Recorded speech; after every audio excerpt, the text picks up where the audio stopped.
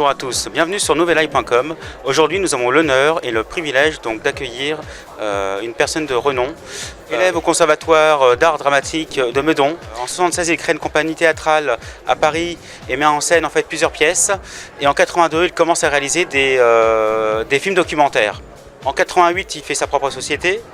Et à partir de l'an 2000, il consacre la plus grande place en fait au théâtre et au cinéma en tant qu'acteur et continue de réaliser des films. Ligne de vie et Un beau matin sont des courts films d'animation très importants qui sont coproduits par la chaîne Arte et obtiennent des prix dans de nombreux festivals internationaux.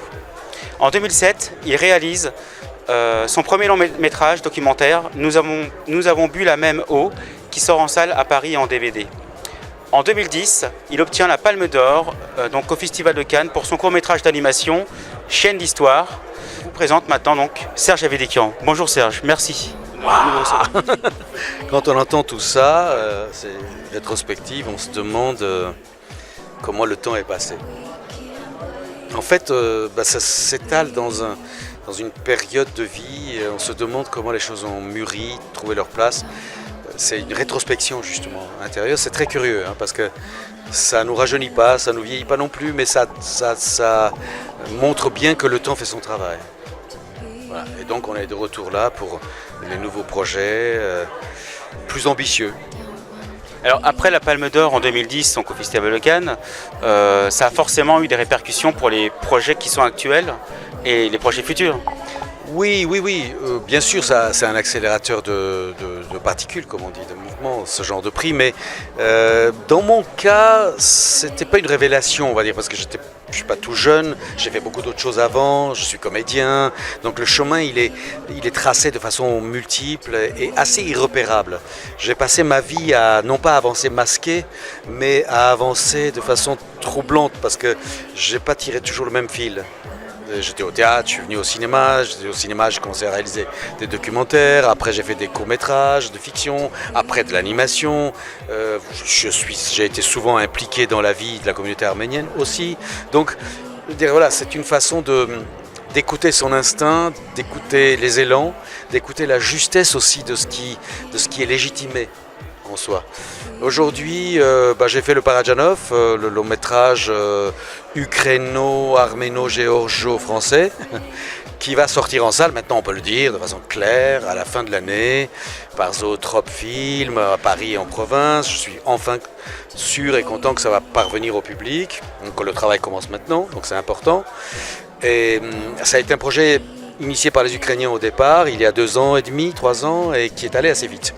Et j'ai mis entre parenthèses un film que j'ai repris maintenant et qu'on est en train de terminer de financer, qui s'appellera Dernier Round à Istanbul, qui est un film d'animation long métrage.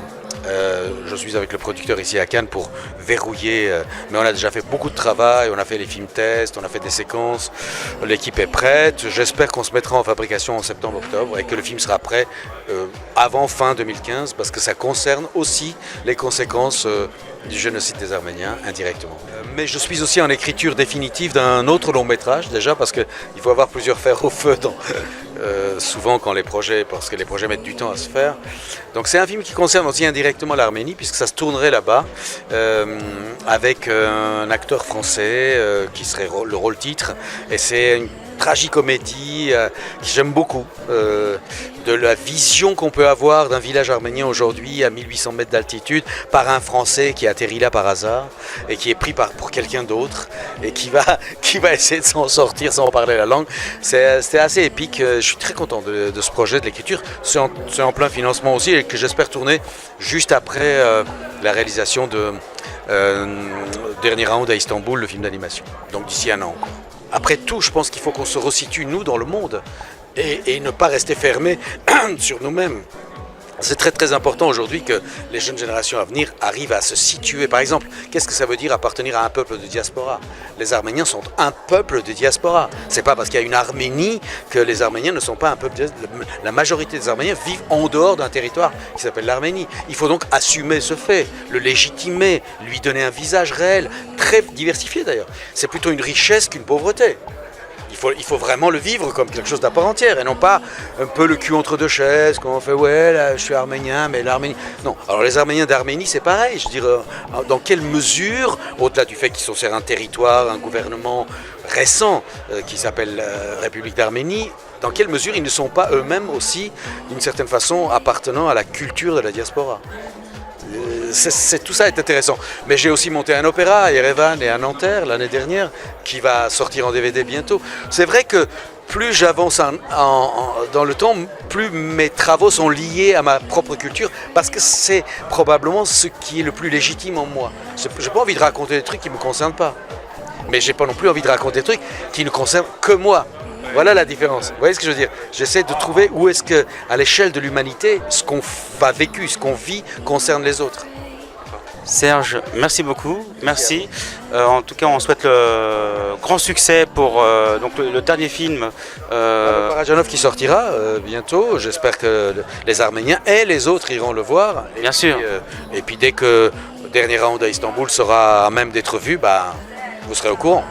Très bien, merci beaucoup. Et donc rendez-vous sur NHMTV, nouvelleeye.com, donc au Festival de Cannes et en direct. Merci, à très bientôt.